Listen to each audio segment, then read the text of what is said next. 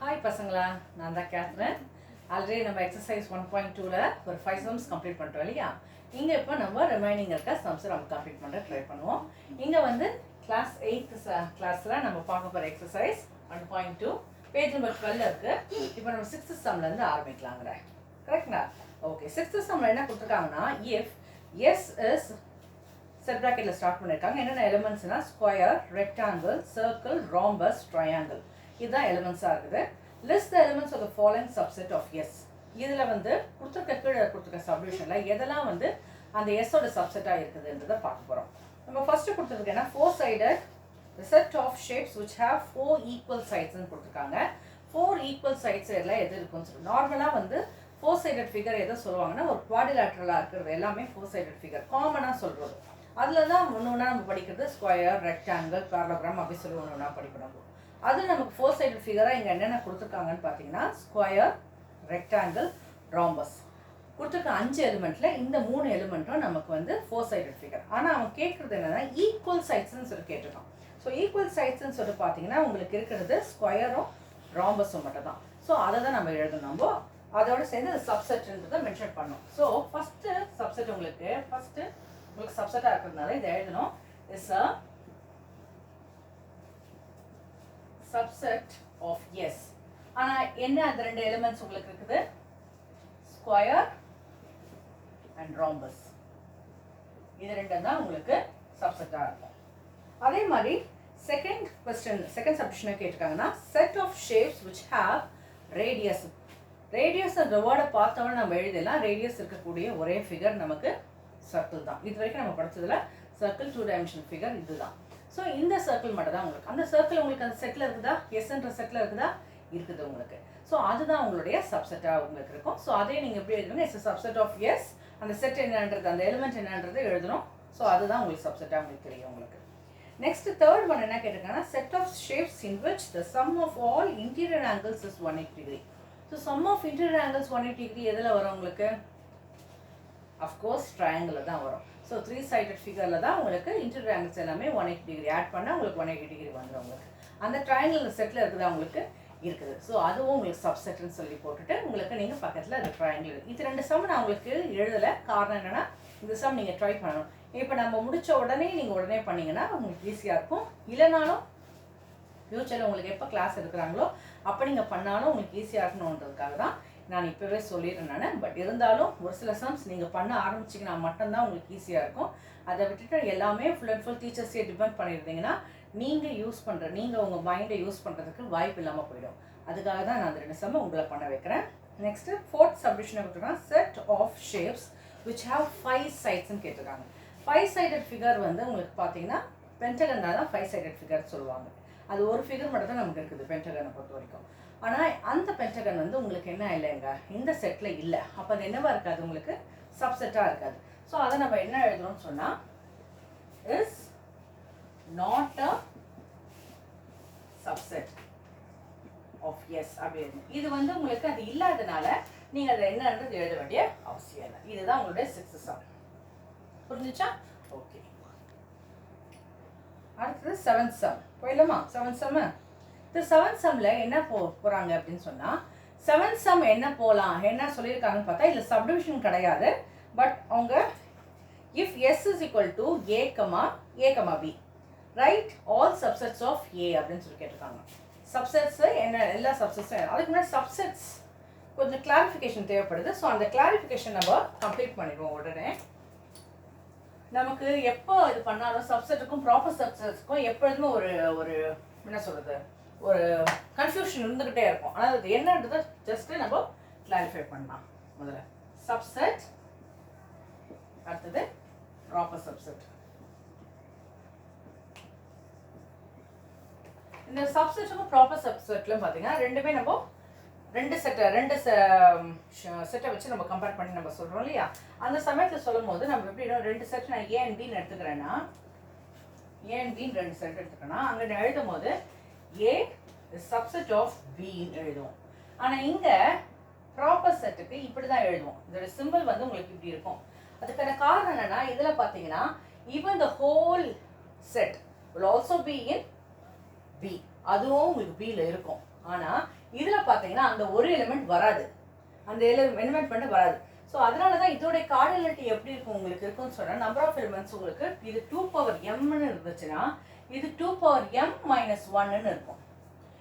ஏன்னா இதோடைய ஃபார்முலா உங்களுக்கு எப்படி இருக்கும்னு சொல்லி பார்த்தீங்கன்னா n of a எப்படி எழுதுவீங்க அப்படின்னு சொன்னால், இதோட இது எப்படி எழுதுவோம்னு சொன்னால் n of p of aன்னு எழுதுவோம்.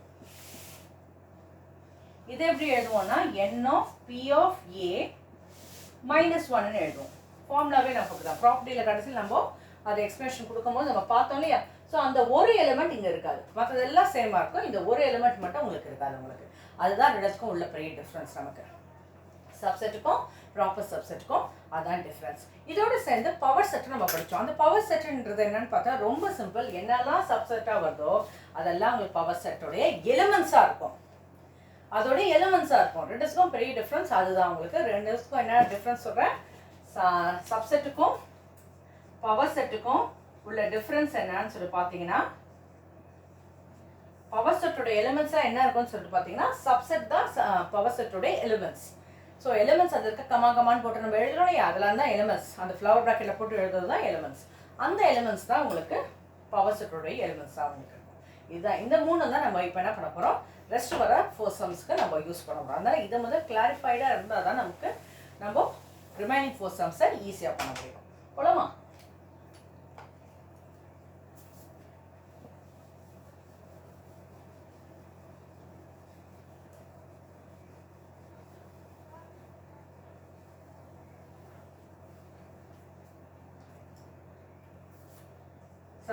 சப்டிவிஷன் கிடையாது, ஒரே ஒரு சம் தான் கொடுத்துருக்காங்க. a is equal to சொல்லி கொடுத்துருக்காங்க, right all the subset of a கொடுத்துருக்காங்க. இப்போ ஏவோட சப்செட்ன்றதுனால என்ன எழுதுவோம், முதல்ல ஃபர்ஸ்ட் a என்னன்றது எழுதலாமா. a கொடுத்துருக்க a வந்து a is equal to a, b அப்படின்னு சொல்லி கொடுத்துருக்காங்க. ஸோ இதில் வந்து நம்ம சப்செட்ஸ் ஆஃப்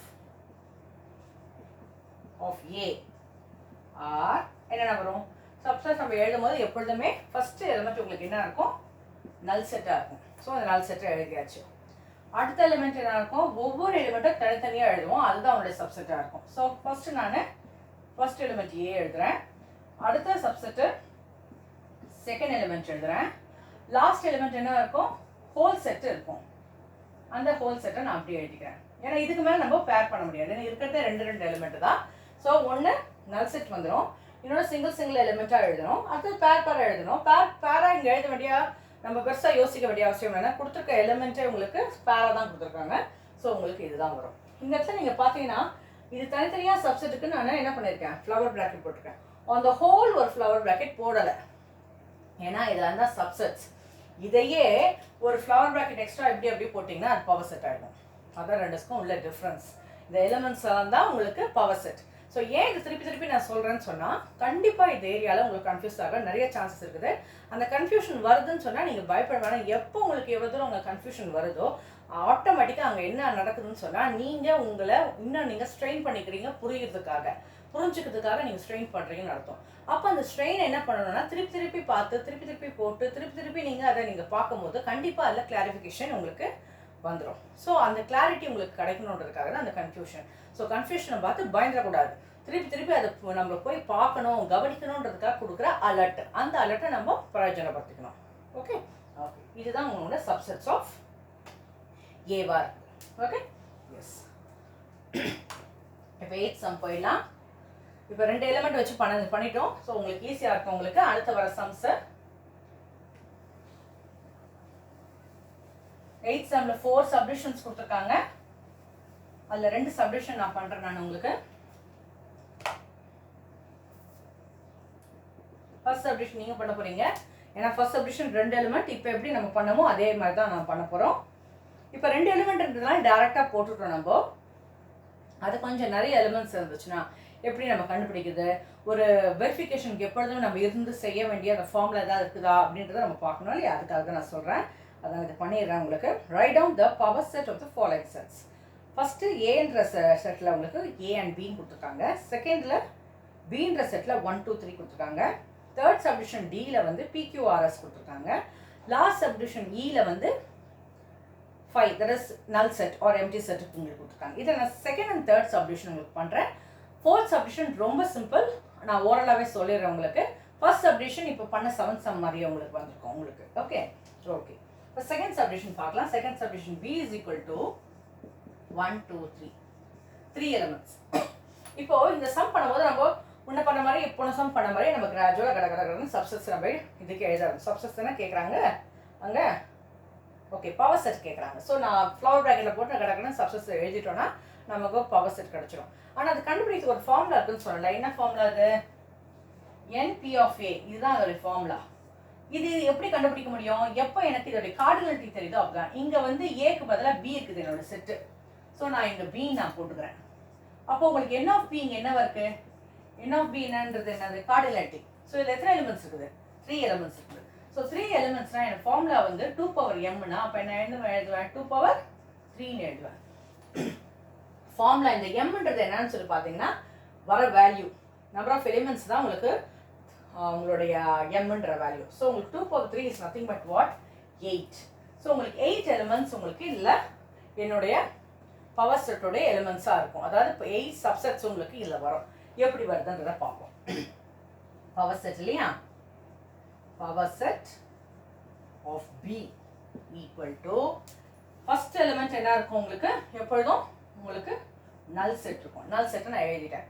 செகண்ட் எலிமெண்ட்லேருந்து எழுதும் போது ஒவ்வொரு எலிமெண்ட்டும் தனித்தனியாக எழுதுவீங்க இல்லையா சப்செட்டாக. ஸோ 1 எழுதுவோம், 2 எழுதுவோம், 3 எழுதுவோம். அடுத்தது 3 எலிமெண்ட்டையும் தனித்தனியாக எழுதியாச்சு. அப்போ 2 எலிமெண்ட்டாக பேக் பண்ணி எழுதுறோம். அப்போது 1 2 முதல்ல எழுதலாம். அடுத்தது இன்னொரு பேர் எழுதலாம். எப்படி எழுதலாம்? இப்படி ஆக்சுவலாக இது எப்படி பண்ணணும்னா இப்படி பண்ணால் உங்களுக்கு ஈஸியாக இருக்கும். அப்போ தான் மிஸ் பண்ண மாட்டேன். எதுவும் எல்லாமே கன்சிக்யூட்டிவ் ஆர்டரில் தான் எழுதணும். ரிவர்ஸில் எழுதக்கூடாது. 2 1 எழுதலாமா, 3 2 எழுதலாமா, எழுதக்கூடாது. அந்த ஆர்டர்லேயே ஃபாலோ பண்ணணும். ஸோ உங்களுக்கு முதல்ல 1 2 எழுதியாச்சு. அடுத்தது 1 3, இது 2 பேர் ஆகும். அடுத்தது என்னென்ன எழுதுவீங்க நீங்கள் அப்படின்னு சொல்லி பார்த்தீங்கன்னா 2 3. ஸோ 2 3ன்றது இன்னொரு சப்செட் ஆகிடும். 2 3. இப்போ லாஸ்ட் ஆகுது. இப்போ நீங்கள் ஒரு வெரிஃபிகேஷன் செக் பண்ணி எத்தனை எழுதிருக்கோம் நம்ம? 1 2 3 4 5 6 7 எழுதிட்டோம். இன்னும் ஒன்று தான். அந்த ஒன்று என்ன இருக்கும்? ஆப்வியஸாக அந்த ஹோல் செட்டு. அந்த ஹோல் செட் என்னன்றது உங்களுக்கு என்னன்னா 1 2 3 ஹோல் செட்.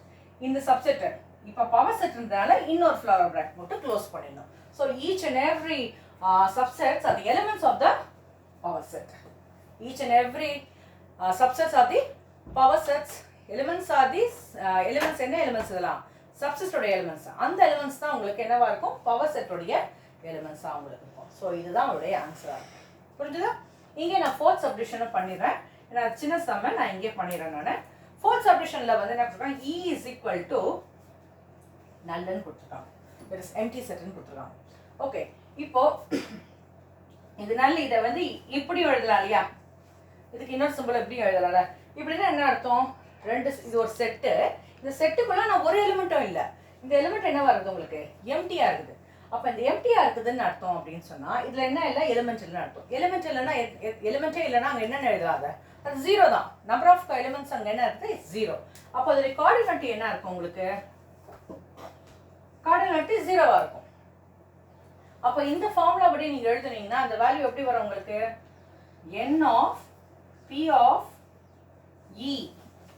இது என்ன வரும்? 2 பவர் mக்கு இடத்துல 0 இருக்கு. இப்போ 2 பவர் 0 என்ன வரும் உங்களுக்கு? anything power 0 is 1. anything power 0 is 1. இந்த 1 தான் எனக்கு வரும். ஒரே ஒரு எலிமெண்ட் தான் அங்கே வரும். அந்த ஒரு எலிமெண்ட் என்னோட பவர் செட் என்னவா இருக்கும் அப்படின்னு சொல்லி பார்த்தீங்கன்னா பவர் செட் ஆஃப் E என்னவா இருக்கும் உங்களுக்கு? வெறும் நல் செட் மட்டும்தான் இருக்கும். ஏன்னா நான் சொல்லியிருக்கேன் எந்த ஒரு செட் இருந்தாலும் அதில் ஒரு செட் சப்செட்டாக நீங்கள் எழுத முடியும்னா அந்த செட் ஃபர்ஸ்ட் செட்டு உங்களுக்கு நல் செட்டாக தான் இருக்கும். அந்த நல் செட் உங்களுக்கு ஒரிஜினல் செட்டில் இல்லைனாலும் அதுவும் ஒரு சப்செட்டாக இருக்கும் அப்படின்னு சொல்லியிருந்தோம் இல்லையா? ஸோ அந்த பவர் செட், அந்த நல் செட்டு மட்டும் தான் எனக்கு பவர் செட்டாக அமையும். வேறு எதுவுமே அதில் இருக்காது. புரிஞ்சுதா இந்த சம் உங்களுக்கு? Very good.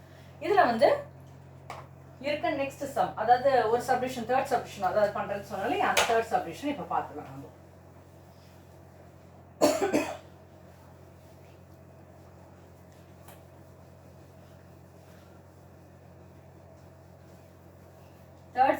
கொஞ்சம் பெருசு, ஆனால் நம்ம ஜாக்கிரதையாக பண்ணோம்னா ஈஸியாக பண்ணிடலாம்.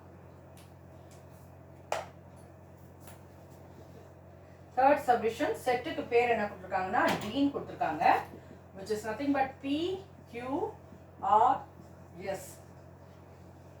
அப்போ இதோடைய கார்டினாலிட்டி என்னன்னா n of D is equal to என்ன வருது உங்களுக்கு 4 வருது. அப்போ n of P of D என்ன வருது உங்களுக்கு 2 power 4, which is nothing but 16. எனக்கு 16 elements வரும் இங்க இந்த பவர் செட்ல, எனக்கு 16 சப்செட்ஸ் உங்களுக்கு வரும். அதுதான் உங்களுடைய பவர் செட்டா இங்க அமையும். புரியுதா? Power set of D is equal to, obviously first element உங்களுக்கு நல்லா இருக்கும்னு சொல்லிட்டேன். ஸோ நல்லா நான் எழுதிறேன். அடுத்தது என்ன இருக்கும் உங்களுக்கு, ஒவ்வொரு எலிமெண்ட் தனித்தனியாக எழுதுவோம். P, Q, R, S. இப்போ சிங்கிள் எலிமெண்ட் நான் எழுதிட்டேன். இப்போ உங்களுடைய சப்செட்ஸா இப்போ ரெண்டா சேர்த்து எழுதணும் இல்லையா, PQ, PR, PS. ஸோ அதுதான் உங்களுக்கு நெக்ஸ்ட் அந்த பேர்ஸ்லாம் வந்துடும். PQ, PR, PS. ஸோ இந்த பேர்லாம் வந்துடுச்சு. அடுத்ததா இருக்கிறது உங்களுக்கு பேரு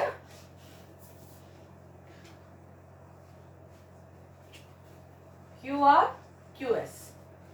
ஸோ QR, QS. அடுத்தது லாஸ்ட் பேரா இருக்கு உங்களுக்கு சப்செட்டா இருக்கிறது என்னவா இருக்கும்னா RS. இதா இருக்கும் RS. ஸோ இப்போ பேப்பரா இருக்கிறது எழுதாச்சு. இப்போ 3 டேர்ம்ஸா சேர்ந்து எழுதுறோம். ஸோ PQR, இதில் நான் எஸ்ஸை விட்டுட்டேன், PQR எழுதுறேன். ஸோ PQR இதை எழுதிட்டேன். அடுத்த பேரா எழுதும் போது என்ன பண்றேன், இப்போ எஸ்ஸை விட்ட மாதிரி அடுத்ததுல ஆரை விட்டுறேன். ஸோ PQS, PQS இது ஒரு சப்செட். அடுத்தது என்ன பண்றேன், ஆரை விட்ட மாதிரி இப்போ நான் என்ன பண்றேன், Q விட்டுடுறேன். PRS, PRS. இப்போ இது மூணுதுலயுமே நமக்கு என்ன ஆயிடுச்சு, P வந்துருச்சு. இப்போ நான் லாஸ்ட் இதுல என்ன பண்றேன், Pன்ற அந்த ஒரு எலிமெண்ட்டை விட்டுறேன். ஸோ எனக்கு என்ன வரும்னா QRS இதுதான் வரும். இப்போ இது வரைக்கும் எடுத்துட்டோம். நம்ம கன்ஃபியூஷன் வராமல் இருக்கிறதுக்கு வெரிஃபை பண்ணிடுவோம். நமக்கு 16 எலிமெண்ட்ஸ் வரணும் இல்லையா, எத்தனை எலிமெண்ட் வருதுன்னு பார்ப்போம். 1 2 3 4 5 6 7 8 9 10 11 12 13 14 15 எலிமெண்ட்ஸ் வந்துருச்சு. இப்போ நம்ம வந்து ஒரே ஒரு எலிமெண்ட், அந்த எலிமெண்ட் என்ன இருக்கும், ஆப்வியஸ்லி த ஹோல் செட். அந்த செட் அப்படியே வந்துடும் உங்களுக்கு. PQRS இதுதான் அதோடைய ஒரிஜினல் செட். ஸோ இப்போ ஆல் 16 டேர்ம்ஸ் நம்ம எழுதிட்டோம். இதுதான் என்னுடைய பவர் செட்டாக இருக்கும். இது ஒவ்வொன்றும் சப்செட். இந்த ஃப்ளவர் ப்ராக்கெட் இல்லாமல் நான் எழுதுனேன்னா அது சப்செட். இந்த ஃப்ளவர் ப்ராக்கெட் போட்டு என்ன அது காட்டுதுன்னு சொன்னால் இதெல்லாம் எலிமெண்ட்ஸ்ன்னு காட்டுது. இந்த ஃப்ளவர் ப்ராக்கெட் போட்ட உடனே என்ன ஆகுது, ஒவ்வொரு சப்செட்டுமே ஒரு எலிமெண்ட்டாக அமையுது இந்த பவர் செட்டுக்கு. அதான் வந்து நம்ம தெரிஞ்சுக்க வேண்டியது. அதை நம்ம கிளியராக தெரிஞ்சுட்டோம்னா கன்ஃபியூஷன் இல்லாமல் சம் பண்ணிடலாம். புரிஞ்சிச்சா உங்களுக்கு? ஆல் 16 டேர்ம்ஸ் எப்படி வந்து புரிஞ்சுதா உங்களுக்கு? பேர் முதல் சிங்கிள் டேர்மாக எடுத்தேன். அடுத்தது பேராக இருக்க எலிமெண்ட்ஸ் எடுத்தேன். அப்புறம் 3 இருக்க எலிமெண்ட்ஸ் எடுத்தேன். லாஸ்ட்டாக 4 எலிமெண்ட் இருக்கிறது அப்படியே எடுத்துட்டேன். அவ்வளோதான் இதோட எலிமெண்ட்ஸ். புரிஞ்சுதா? இதுக்கு மேலே நார்மலாக கேட்க மாட்டாங்க. 5 எலிமெண்ட்ஸ் தான் 4 எலிமெண்ட்ஸ் தான் கேட்பாங்க. அதுக்கு மேலே கேட்குறாங்கன்னா நான் அதோட கார்டினாலிட்டி தான் என்னன்னு கேட்பாங்க, தவிர என்ன எலிமெண்ட்ஸ் வரும்ன்றது கேட்க மாட்டாங்க. கவலை பண்ண தேவையில்லை. ஓகே, நெக்ஸ்ட்டு 9 சம் போயிடலாம்.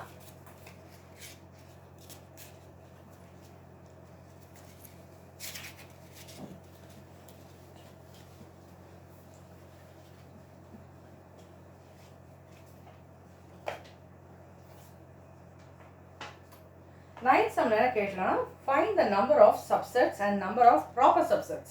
இப்போ நம்ம 6th sum முடிச்சதுக்கு அப்புறம் ஒரு எக்ஸ்பிளனேஷன் கொடுத்தோம் இல்லையா, சப்செட்டுக்கும் ப்ராப்பர் சப்செட்டுக்கும் உள்ள டிஃபரன்ஸ். அந்த எக்ஸ்பிளனேஷன் இப்போ பண்ண போகிற சம்முக்கு ரொம்ப யூஸ்ஃபுல்லாக இருக்கும் உங்களுக்கு. Number of subsets and number of proper subsets அது ஃபாலோயிங் செட்ஸ்ன்னு கேட்டிருக்காங்க. ஃபர்ஸ்ட் சப்டிஷனில் டபிள்யூவில் ஒரு 3 எலிமெண்ட்ஸ் கொடுத்துட்டு ஒரு செட் கொடுத்துருக்காங்க. கலர் வைஸ் நமக்கு என்ன கலர் என்ன எலிமெண்ட் இருக்கலாம் தேவையில்லை. நமக்கு வேணுது எத்தனை இருக்குதுங்க, எத்தனை இருக்குது எப்படி கண்டுபிடிக்கலாம், அவ்வளோதான் வித்தியாசம். 2 சப்டிஷன் நான் பண்ணிடுறாங்க. ஏன்னா இதில் நிறைய சம்ஸ் இல்லாதனால நான் பண்ணிட்டேன்னா உங்களுக்கு ஈஸியாக இருக்கும். இல்லைன்னா உட்காந்து நீங்கள் எக்ஸாம்பிள் சம்ஸ்லாம் நீங்கள் ட்ரை பண்ணுங்கள். எக்ஸாம்பிள் சம்ஸில் உங்களுக்கு டவுட் இருந்தால் கண்டிப்பாக நீங்கள் போஸ்ட் பண்ணிங்கன்னா நான் அதை கிளாரிஃபை பண்ணுறதுக்கு எனக்கு ஈஸியாக இருக்கும். 9th சம்மில் ஃபர்ஸ்ட் சப்டிஷனில் கொடுத்துருக்காங்கன்னா ஃபர்ஸ்ட் அண்ட் செகண்ட் சப்டிஷன் 2 டாப்ல காலம் மாதிரி போட்டுக்கலாமா? இங்கே கேட்குறது ஒரு முதல்ல வந்து நம்ம இது பண்ணிடலாம், தனியாக போட்டுடலாமே, ஈஸியாக இருக்கும். நமக்கு அப்படியே கேட்டப்போ நிறைய சம்மனா நம்ம டாப்ல காலம் போடலாம், எதுக்கு தேவையில்லை, நம்ம அப்படியே போட்டுடலாம். ஃபர்ஸ்ட் என்ன கொடுத்துருக்காங்க, டபிள்யூ கொடுத்துருக்காங்க. டபிள்யூவில் வந்து 3 எலிமெண்ட் கொடுத்துருக்காங்க, ரெட், ப்ளூ, எல்லோ. 3 எலிமெண்ட் இருக்குது. அந்த 3 எலிமெண்ட்டுக்கு அப்படியே கார்டினலிட்டி என்னன்னு போடுவோம், இதுதான் 3ன்னு போடுவோம். கார்டினலிட்டி 3 எழுதியாச்சு. இப்போ நம்பர் ஆஃப் சப்செட்ஸ் கண்டுபிடிக்கணும். So n of p of இங்கே நான் a வருமா, w வரும். நமக்கு இருக்கிற செட்டு பேர் w, அதனால் w எழுதுறேன், which is nothing but 2 power 3 வரும் இல்லையா? ஸோ அப்போ எனக்கு எத்தனை எலிமெண்ட்ஸ் இருக்குது, 8 எலிமெண்ட்ஸ் இருக்குது. இதுதான் என்னுடைய நம்பர் ஆஃப் சப்செட்ஸ். புரியுதா? அப்போ என்னுடைய நம்பர் ஆஃப் ப்ராப்பர் சப்செட்ஸ் என்னவா இருக்கும்,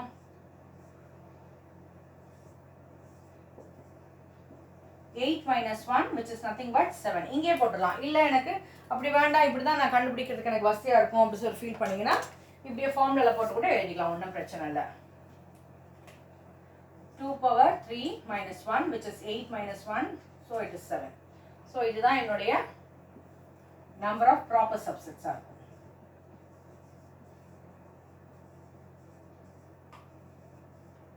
சில இடங்களில் இதை எழுதி அதை எழுதிருப்பேன், number of subsets equal to, இதை இங்கேயும் போட்டு எழுதலாம், நம்பர் ஆஃப் சப்செட்ஸ், இங்கே நம்பர் ஆஃப் ப்ராப்பர் சப்செட்ஸ். எப்படி எழுதினாலும் ஒரே உங்களுக்கு ஆன்சர் தான். எழுதுகிற விதம் மட்டும் இப்படியும் எழுதலான்றதுக்காக தான் நான் எழுதியிருக்கேன். பேப்பர் ப்ரெசன்டேஷனில் நம்ம எப்படி வேணால் ஃபார்மேட்டை ஃபாலோ பண்ணிக்கலாம், ஒன்றும் பிரச்சனை இல்லை. நீட்டாக இருக்கும், அதுதான் மெயினாக தேவைப்படுது. ஏன்னா மேத்ஸில் நம்ம பொறுத்த வரைக்கும் ஹேண்ட் ரைட்டிங்க்கு அதிக இம்பார்ட்டன்ஸ் கிடையாது உங்களுக்கு.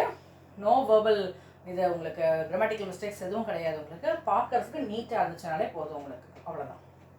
ஓகே, இது ஃபர்ஸ்ட் சப்டிவிஷன். செகண்ட் சப்டிவிஷன் என்னன்றது பார்த்துருவோம்.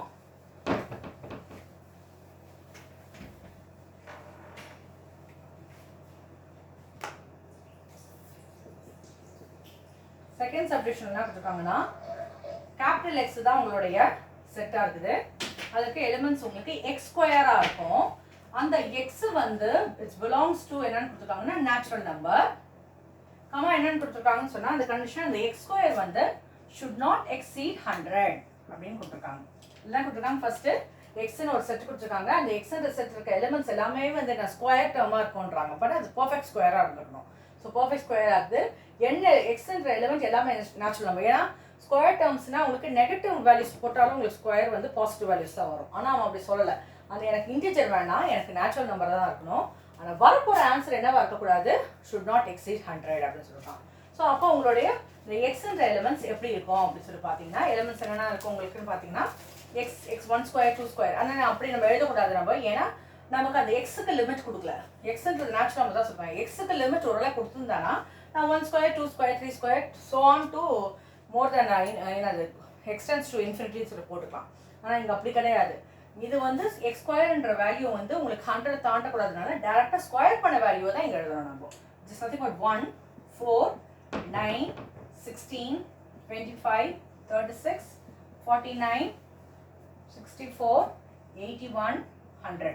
இதுக்கு மேலே நம்ம போட முடியாது, ஏன்னா அதுக்கு மேலே போனால் 121 which exceeds our condition. So அதனால் இது போடக்கூடாது.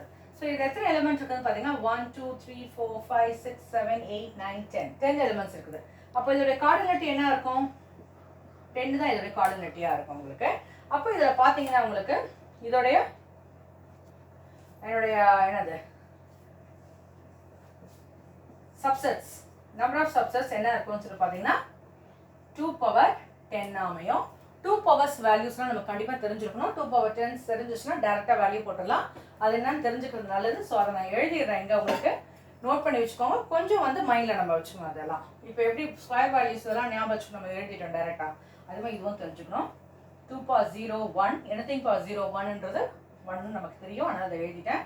2 power 1 is 2, 2 power 2 4, 2 power 3 8, 2 power 4 16, 2 power 5 32, 2 power 6 64, 2 power 7 128, 2 power 8 256, 2 power 9 512, 2 power 10 1024.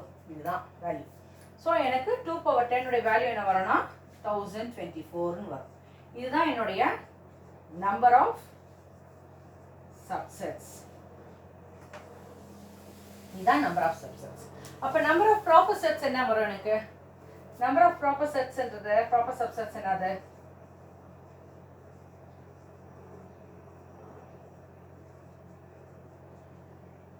(1024) minus 1, which is nothing but 1023 is my number of proper subsets. புரிஞ்சுச்சா? ஒரு எலிமெண்ட் கம்மியா இருக்கும், அவ்வளவுதான். ஸோ இந்த 2 பவர்ஸ் நமக்கு தெரிஞ்சிருந்தா சம் இருந்துச்சுன்னா சம் போடுறது ரொம்ப ஈஸியா இருக்கும். பல இடங்கள்ல நம்ம உட்காந்து கால்குலேட் பண்ண வேண்டிய அவசியம் இல்லை. அப் டு 2 power 5 ஓரளவு உங்களுக்கு தெரிஞ்சிருக்க வாய்ப்பு இருக்கு.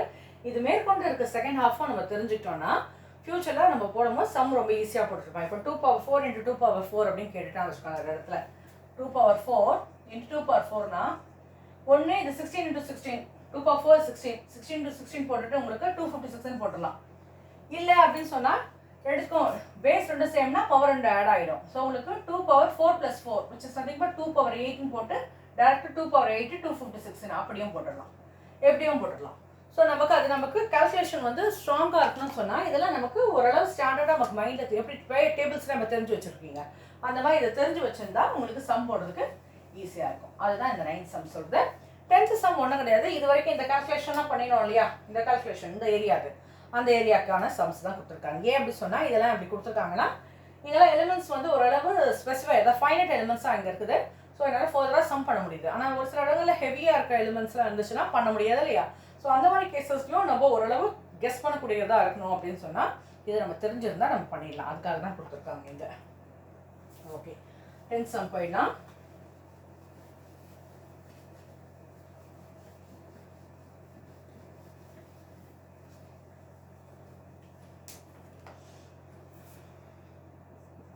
டென்ஷனில் உங்களுக்கு 3 சப்டிவிஷன்ஸ் கொடுத்துருக்காங்க. ஃபர்ஸ்ட் சப்டிவிஷன் நீங்கள் ட்ரை பண்ணுங்கள். ஏன்னா எப்பொழுதுமே சம்ஸ் நம்ம லிஸ்ட் அவுட் பண்ணிங்கன்னா உங்களுக்கு எப்பொழுதுமே சம்ஸு ஃபஸ்ட்டு 2 சம்ஸ் ஈஸியாக இருக்கும், அப்புறம் போக போக ஸ்டஃப் ஆகிடும் உங்களுக்கு. ஸோ நான் ஃபஸ்ட்டு சம் நான் ஈஸியான சம் உங்களுக்கு நான் கொடுத்துட்றேன். செகண்ட் அண்ட் தேர்ட் சம்மை நம்ம பண்ணிடலாம். செகண்ட் சப்டிவிஷன் என்ன கொடுத்துருக்காங்கன்னா n of a is equal to 0. கேட்குறது n of p of a என்னவா இருக்கும்னு சொல்லி கேட்குறாங்க. இது நம்ம முன்னே இப்போ பண்ணது தான். n of a 0னா அப்போ என்ன அர்த்தம்? அது நல் செட். இது நல் செட்டாக இருக்கிறதுனால தான் எனக்கு 0 வந்துட்டு, கார்டினலிட்டி ஒன்றுமே இல்லை. அப்போ எனக்கு இது ஃபார்முலா அப்படிங்க என்ன 2 power m is nothing but 2 power 0 which is nothing but what 1. எனக்கு அப்போ n of p of a என்ன வரும்? எனக்கு 1 மட்டும்தான் வரும் எனக்கு. அதை தான் நம்ம பண்ணியிருக்கோம். நம்பர் ஆஃப் சப்செட்ஸ் 1 மட்டும் தான் வருது. அடுத்தது தேர்ட் சப்டிவிஷன் என்ன பண்ணிருக்காங்க? மாற்றி கேட்டிருக்காங்க. அதாவது எப்படின்னா n of p of a கொடுத்துட்டான். n of p of a என்ன கொடுத்துருக்கான்? 256 கொடுத்துருக்கான். இப்போ நம்ம பண்ணவே அதான். இப்போ நம்ம பண்ணதுனால ஈஸியாக இருக்கும் உங்களுக்கு. 256 கொடுத்துருக்கான். அப்போ n of a என்ன இருக்கும்னு கேட்குறான். கார்டினலிட்டி இதுவாக இருக்கும், இது என்னவா இருக்கும்னு கேட்குறான். ஸோ இதை என்ன பண்ண நம்ம இப்போ வந்து கம்பேர் பண்ணி எழுதணும். இப்போ இதான் கிவன், இது எனக்கு தெரியாது இல்லையா? ஸோ இதான் கிவன். இப்போ இந்த கிவன் எப்படி எழுதணும்னு சொல்லிட்டு பார்த்தீங்கன்னா n of p of a is equal to 256 which is nothing but what 256 எதோட கம்பேர் பண்ணலாம்? இதை நீங்கள் திருப்பி ரிப்பீட் பண்ண வேண்டிய அவசியம் இல்லை. இது திருப்பி வேணால் இது இப்படி எழுதிக்கலாம், மாற்றி ஃபார்மெட்டை கொஞ்சம் மாற்றி எழுதலாம். which is also what n of p of a by formula அப்படி இதை எப்படி எழுதலாமே 2 power m எழுதலாமா? ஃபார்முலா தானே, இதை நான் கொடுத்துருக்க ஃபார்முலா. ஸோ அந்த ஃபார்முலா என்ன பண்ணுறேன்? இது ரெண்டுத்தையும் ஈக்குவேட் பண்ணிக்கிறேன். அப்போ 2 power m is equal to 256. 256 வந்து உங்களுக்கு இதில் வந்து நீங்கள் எப்படி நான் வந்து பேஸ் ரெண்டு ஈக்குவல் தான் பவர் ரெண்டு ஆட் பண்ணிடலாம்னு சொல்லிட்டு சொன்னேன் நான் உங்களுக்கு அந்த எக்ஸ்பிளேஷனில். அதே மாதிரி ஈக்குவல் டு போட்ட இடத்துலையும் பேஸ் ரெண்டு ஈக்குவலாக இருந்தால் பவர் ரெண்டு என்ன இருக்கும், அதுவும் ஈக்குவலாக இருக்கும். அதான் அதுக்கு அர்த்தம். இப்போ இந்த 2 power 56 எதோடது? இப்போ நம்ம பார்த்தோம் 2 power 8 ஓடுது. So this can be written as 2 power m is equal to 2 power 8. எழுதலாமா? 2 power 8 தான் 256. So 2 power 8. அப்போ m ஓட வேல்யூ உங்களுக்கு என்ன வந்துடும்? m ஓட வேல்யூ 8 வந்துடும்.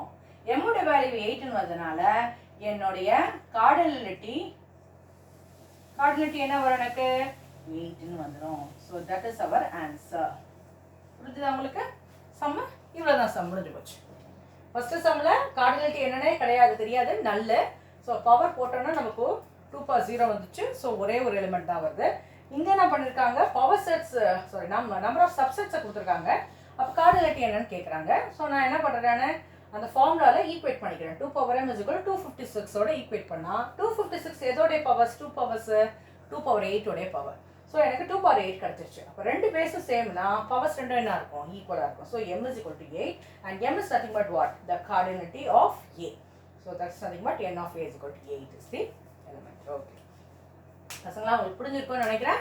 இதுதான் உங்களுடைய லாஸ்ட் சம்மு, 1.2 எக்ஸசைஸோட லாஸ்ட் சம்மு. இனி வர சம்ஸில் உங்களுக்கு டவுட் இருந்துச்சுன்னா கண்டிப்பாக நீங்கள் போடுங்க, நான் உங்களுக்கு கிளாரிஃபை பண்ணுறேன் உங்களுக்கு. ஓகே பசங்களா, இந்த கிளாஸ் உங்களுக்கு பிடிச்சிருந்தா லைக் பண்ணுங்கள், ஷேர் பண்ணுங்கள், சப்ஸ்கிரைப் பண்ணுங்கள், மறக்காமல் பெல் பட்டனை டிக் பண்ணுங்கள். பாய்.